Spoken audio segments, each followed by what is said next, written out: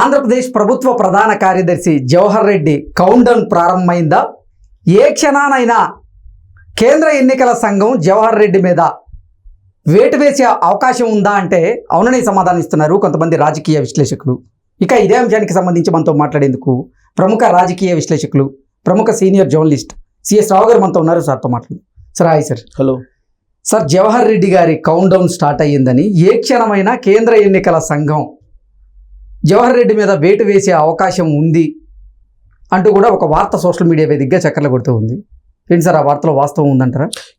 ఢిల్లీకి చేరాయా? అసలు ఇప్పటి వరకు ప్రభుత్వ ప్రధాన కార్యదర్శిగా ఉన్న జవహర్ రెడ్డిని కొనసాగించడమే కేంద్ర ఎన్నికల సంఘం చేసినటువంటి ఒక పెద్ద తప్పుగా విపక్షాలు భావిస్తున్నాయి.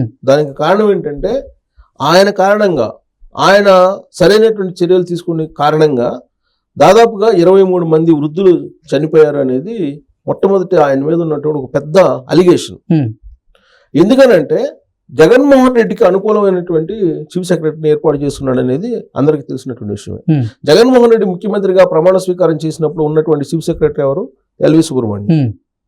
ఆ తర్వాత ఎల్వి సుబ్రహ్మణ్యం తర్వాత ఇమీడియట్ గా ఆయన మార్చేటప్పటికి ఇన్ఛార్జి చీఫ్ సెక్రటరీగా నీరవ్ ప్రసాద్ చేసుకున్నారు.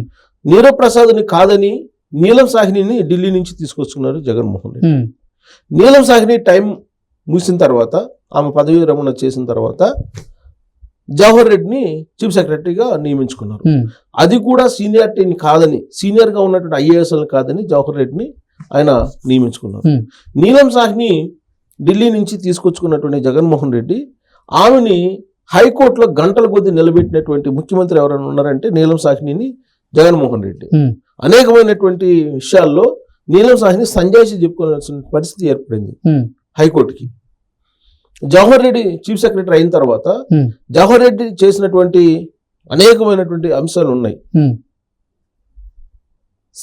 ఆల్రెడీ ఆయన ఇచ్చినటువంటి అపాయింట్మెంట్స్, కొన్ని లిక్కర్ సంబంధించినటువంటి జీవోలు కానీ, తర్వాత ఇసుకు సంబంధించినటువంటి జీవోలు కానీ, తర్వాత అప్పులు, ప్రధానంగా ఎఫ్ఆర్బిఎం రూల్స్ కానీ వీటన్నిటికీ విరుద్ధంగా అప్పులకు సంబంధించినటువంటి జీవోలు కానీ, తర్వాత చీకటి జీవోలు కొన్ని ఉన్నాయి. ఈ చీకటి జీవోలు కొన్ని దాచిపెట్టారు ఇప్పటికీ కూడా. ఇప్పుడు తాజాగా కూడా జస్ట్ వారం రోజుల క్రితం కూడా అప్పులు తీసుకురావడానికి కొన్ని తాకట్టు పెట్టి తీసుకొచ్చారు. ఏం తాకట్టు పెట్టారు అనేది ఇప్పటివరకు బయటకు చెప్పట్లేదు. వాళ్ళు సెక్రటరియట్నే తాకట్టు పెట్టడానికి అనుమతించాడు కదా చీఫ్ సెక్రటరీ. ఇప్పుడు సెక్రటరియట్ని తాకట్టు పెట్టి అప్పు తీసుకుని వచ్చేటువంటి అనుమతి ఎవరు ఇచ్చారంటే చీఫ్ సెక్రటరీ ఇస్తారు. జగన్మోహన్ రెడ్డి చెప్తే ఎవరు? బ్యాంకులు. జగన్మోహన్ రెడ్డి చెప్తే ఎవరు? జగన్మోహన్ రెడ్డి సంతకం పెట్టి పంపిస్తే ఎవరు? ఐఏఎస్లు, అక్కడ ఉన్నటువంటి సివిల్ సర్వెంట్లు మొత్తం ఫైల్ తయారు చేసి ఆ ఫైల్ మీద సంతకం పెడితే ఫైనల్ గా జగన్మోహన్ రెడ్డి సంతకం పెడితే ఇస్తారు. అంతే తప్ప జగన్మోహన్ రెడ్డి ముఖ్యమంత్రి కాబట్టి నేను చెప్తున్నాను ఏమంటే ఎవరు. సో ఇప్పుడు జవహర్ రెడ్డి చేసినటువంటి తప్పులు అనేక ఉన్నాయి. చీకటి జీవులు అన్ని బయటకు రావాల్సిన పరిస్థితి ఉంది. దీని మీద ఆల్రెడీ కంప్లైంట్ చేశారు విపక్షాలు కంప్లైంట్ చేసి కేంద్ర ఎన్నికల సంఘం దగ్గర ఒక పెద్ద ఫైల్నే రెడీ చేసి పెట్టారు. తాజాగా చేసుకున్నటువంటి వృద్ధులకు సంబంధించిన సామాజిక పెన్షన్ల పంపిణీలో 23 మంది వృద్ధులు చనిపోవడానికి కారణం జవహర్ రెడ్డి అని చెప్పి ఆధారాలతో సహా కంప్లైంట్ చేశారు. దానికి కారణం ఏంటి? 1వ తారీఖు పంచాల్సినటువంటి సామాజిక పెన్షన్లని పంచకుండా ఎన్నికల కమిషన్ ఏమో వాలంటీర్లు పక్కన పెట్టింది. వాలంటీర్లు పక్కన పెట్టినప్పుడు ప్రత్యామ్నాయ చర్యలు తీసుకోవాల్సినటువంటి బాధ్యత ఎవరి మీద ఉంటుంది? రాష్ట్ర చీఫ్ సెక్రటరీ మీద ఉంటుంది. ఆ రాష్ట్ర చీఫ్ సెక్రటరీ ప్రత్యామ్నాయ చర్యలు తీసుకోకపోగా ఆ వృద్ధుల్ని ఇబ్బంది పెట్టేటువంటి పరిస్థితికి తీసుకొచ్చాడు. అంటే అక్కడ పంచాయతీ సెక్రటరీలు ఉన్నారు, అలాగే పంచాయతీకి సంబంధించినటువంటి సిబ్బంది ఉన్నారు, గ్రామ వార్డు సచివాలయానికి సంబంధించినటువంటి ఉద్యోగులు ఉన్నారు. వీళ్ళందరినీ ఉపయోగించి ఇళ్లకి తీసుకెళ్లి పెన్షన్లు పంపిణీ చేయాల్సినటువంటి చీఫ్ సెక్రటరీ జగన్మోహన్ రెడ్డి మాట విని వాలంటీర్లనేమో ఎలక్షన్ కమిషన్ తీసేసింది. బట్ పింఛన్లు పంపడానికి పంపిణీ చేయడానికి ప్రత్యామ్నాయ మార్గాలను తీసుకోకపోవడానికి కారణం జగన్మోహన్ రెడ్డి చెప్పినటువంటి మౌఖిక ఆదేశాలు అని చెప్పి సచివాలయంలో ఎవరిని అడిగినా చెప్తారు. సో కాబట్టి జగన్మోహన్ రెడ్డి సేవలో తరిస్తున్నటువంటి జవహర్ రెడ్డిని ఎందుకు కొనసాగించాలి అనేటువంటిది ఒక కంప్లైంట్ చాలా స్ట్రాంగ్ గా వెళ్ళిపోయింది. తర్వాత ఈ ఇటీవల కాలంలో వచ్చినటువంటివి అన్ని కూడా, ఇప్పుడు గనుల కేటాయింపు 2-3 రోజుల క్రితమే, అది ఎలక్షన్ కోడ్ రాకముందు లాస్ట్ 2 వీక్స్ బ్యాక్ గనుల కేటాయింపు ముందు రోజు చేశారని, తర్వాత పాత డేట్లు పెట్టి కొన్ని ఫైల్స్ క్లియర్ చేశారని చెప్పి జిఏడిలో, జనరల్ అడ్మినిస్ట్రేషన్ డిపార్ట్మెంట్లో జరుగుతున్నటువంటి చర్చ. ఉమ్, ఆల్రెడీ కొన్ని ఫైల్స్ పెండింగ్లో ఉంటాయి. ఆ పెండింగ్లో ఉన్నటువంటి ఫైల్స్కి పాత డేట్ వేసి సంతకం పెట్టి క్లియర్ చేశారు అనేది ఒకటి వినిపిస్తుంది ఇప్పుడు. అలాగే కొన్ని భూముల కేటాయింపులు, భూములకు సంబంధించి ఇప్పుడు తాజాగా వినిపిస్తుంది ఏంటంటే ఆయన మీద ప్రధానమైనటువంటి అభియోగం ఏంటంటే ఇప్పుడు సోలార్ పవర్కు సంబంధించినటువంటి ఎంఓయూలు ఉన్నాయి. ఎంఓయూలు ఒప్పందాలు ఎప్పుడో కుదుర్చుకున్నారు. ఆ ఎంఓయూలకు సంబంధించి భూములు ఇవ్వాలి. అసలు మామూలుగానే ఆ ఎంఓయూలు కుదుర్చుకున్నప్పుడే అనేక అవకతవకలు జరిగాయి అనేటువంటి ఆరోపణలు ఉన్నాయి. ప్రధానంగా నేను కొన్ని 1-2 ఒప్పందంలో ఉండేటువంటి డీవియేషన్స్ మెన్షన్ చేస్తాను. అంతకుముందు ఒప్పందాల్లో ఒకవేళ నువ్వు సోలార్ పవర్ ప్రాజెక్టు పెట్టాలనుకుంటే ఆ సోలార్ పవర్ ప్రాజెక్ట్ పెట్టేటువంటి కంపెనీకి 1 మెగావాట్కి 3 ఎకరాలు ఇచ్చేటువంటి ఒప్పందం ఉంది గత ఒప్పందాల్లో. ఇప్పుడు 6 ఎకరాలు ఇచ్చారో ఒప్పందం కుదుర్చుకున్నారు.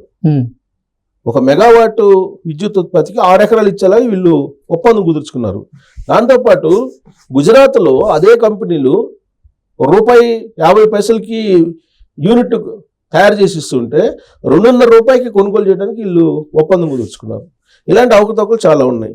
ప్లస్ ఈ కంపెనీలకి ఈ కంపెనీలు ఏవి కుదుర్చుకున్నాయనంటే జగన్మోహన్ రెడ్డికి సంబంధించినటువంటి స్నేహితులు, బంధువులు వీళ్ళకి కొన్ని కంపెనీలతో ఒప్పందాలు కుదుర్చుకున్నాయని చెప్పున్నాయి. ఆ కంపెనీలకి కొన్ని 1000 ఎకరాలు ఇస్తూ తాజాగా క్లియరెన్స్ ఇచ్చాడు చీఫ్ సెక్రటరీ అనేది ఆరోపణలు కూడా ఉన్నాయి. ఎందుకంటే ఇప్పుడు ఆల్రెడీ షిరిడి సాయి ఎలక్ట్రికల్స్ ఏదో ఉంది ఒకటి, అది అవినాష్ రెడ్డికి సంబంధించినటువంటి కంపెనీ అని అంటూ ఉంటారు. సరే, అవినాష్ రెడ్డి ఎవరో అందరికి తెలిసినటువంటి విషయం. సో ఇవన్నీ కూడా ఆరోపణలు చీఫ్ సెక్రటరీ మీద వస్తున్నాయి. ఇవన్నీ కూడా పరిశీలించకుండా గనుల కేటాయింపు కానీ, తర్వాత మైనింగ్ కేటాయింపులు కానీ, ఇసుక కేటాయింపులు కానీ ఇవన్నీ కూడా చేశారు. పరోక్షంగా బందిపోట్ల రాజ్యం నడుస్తుందని చెప్పి రిటైర్డ్ ఐఏఎస్ అధికారి పివి రమేష్ కూడా ఆయన వ్యక్తపరిచారు. సిటిజన్స్ ఫర్ డెమోక్రసీ అనేటువంటి సంస్థకు సంబంధించి ఐఏఎస్లు, ఐపీఎస్లు అందరూ కూడా ఒక టీమ్గా ఏర్పడి వాళ్ళు ఫ్రీ అండ్ ఫెయిర్ ఎలక్షన్స్ కోసం పోరాడుతున్నారు. సామాజిక భద్రత సమాజం కోసం వాళ్ళు పోరాడుతున్నారు. అప్రిషియేట్ చేయాలి వాళ్ళని. సో అలాంటి వాళ్ళు కూడా అంటున్నారు సొంత ప్రయోజనాల కోసం, సొంత వాళ్ళ కోసం బంధువులకి, స్నేహితులకి అంతా పంచిపెడుతున్నారని చెప్పి. అలా పంచిపెడుతున్నటువంటి క్రమంలో ఇలాంటి వాళ్ళు సహకారం అందించకూడదు కదా chief secretary. So chief secretary ఇలాంటి సహకారం అందించకుండా అవి చేయడానికి లేదు. సో ఇవన్నీ ఆధారాలు. ఇటీవల కాలంలో ఎలక్షన్ కోడ్ వచ్చిన తర్వాత కూడా చాలా డీవియేషన్స్ జరిగాయి. ఆ డీవియేషన్స్ అన్నింటినీ కోడ్ చేసి ఎన్నికల కమిషన్కి కంప్లైంట్ చేశారు.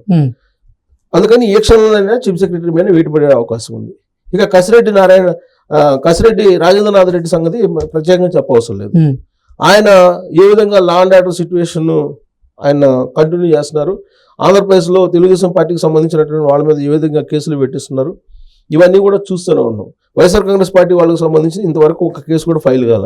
కేవలం తెలుగుదేశం పార్టీ వాళ్ళకి సంబంధించినటువంటి వాళ్ళని కొట్టడం, అనేక మాచర్లలో కానీ, లేదా నంద్యాలలో కానీ, అనంతపురంలో కానీ, ప్రకాశం జిల్లాలో కానీ. ప్రకాశం జిల్లాలో అయితే అసలు ఒక రకంగా చెప్పాలంటే రోజుకో సంఘటన జరుగుతుంది.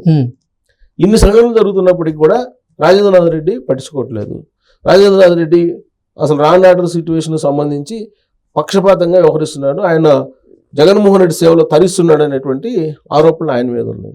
కాబట్టి వీళ్ళిద్దరిని ఇమీడియట్గా మార్చేటువంటి అవకాశం ఉంది. ఫస్ట్ సిఎస్ని మారుస్తారు అనేది కూడా వినిపిస్తుంది. ఏ క్షణంలోనైనా ఉత్తర్వులు వచ్చేటువంటి అవకాశం ఉంది. ఎన్నికల కమిషన్ చాలా సీరియస్గా ఉంది. రాష్ట్ర ఎన్నికల కమిషన్ ఇప్పటికే కేంద్ర ఎన్నికల కమిషన్కి ఒక నివేదిక పంపించింది. ఆ నివేదికను పరిశీలిస్తూ ఉన్నారు.